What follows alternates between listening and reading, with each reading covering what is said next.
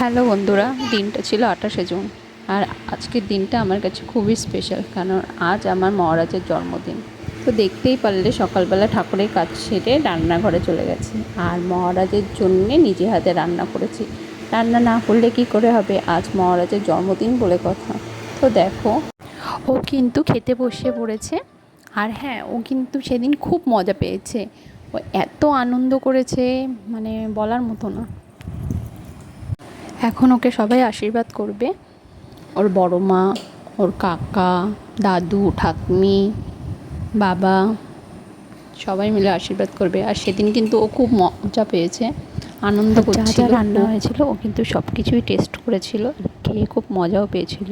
আর মেনুতে ছিল ভাত, 5 রকমের ভাজা, ডাল, মাছ, চাটনি, পায়েস, দই, 5 রকমের মিষ্টি, চিপস, চকলেট, সব কিছু।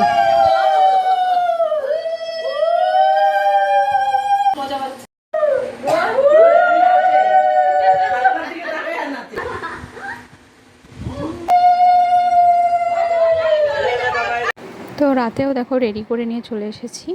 তো বাবু কিন্তু কেক দেখে খুব মজা পেয়েছে, কখন কেক কাটবে সেটা নিয়ে ব্যস্ত হয়ে পড়েছে।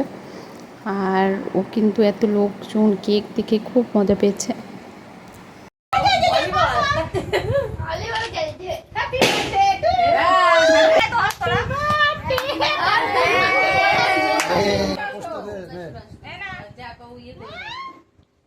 আর রাতের মেনুতে ছিল বিরিয়ানি।